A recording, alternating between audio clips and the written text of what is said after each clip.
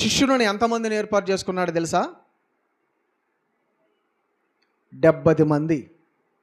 యేసయ్య శిష్యులు మొదటగా ఎంతమందిని ఏర్పరచుకున్నాడు? 70 మందిని శిష్యులను ఏర్పరచుకున్నాడు.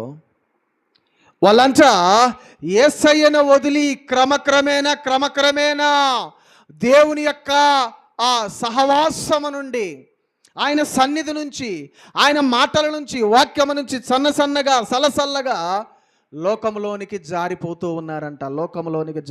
ఉన్నారు. అందుకు మిగిలిన 12 ఉన్నారు. ఇక 70 మందిలో 12, మిగతా వాళ్ళందరూ పోయారు, 12 మంది మిగిలారు. ఈ 12 మందితో అంటున్నాడు యేసయ్య, బాబు నానా మీరు కూడా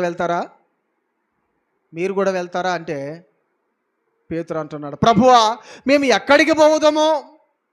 నీవే నిత్య జీవం కలిగినటువంటి మాటలు కలిగినటువంటి వాడు, బోధనలో ఆ శక్తి, ఆ బలము మేము గుర్తెరుగుతున్నాం. నీవే పరిశుద్ధుడైనటువంటి దేవుని కుమారుడివి, నీ నుండి మేము ఎక్కడికి వెళ్ళేదము?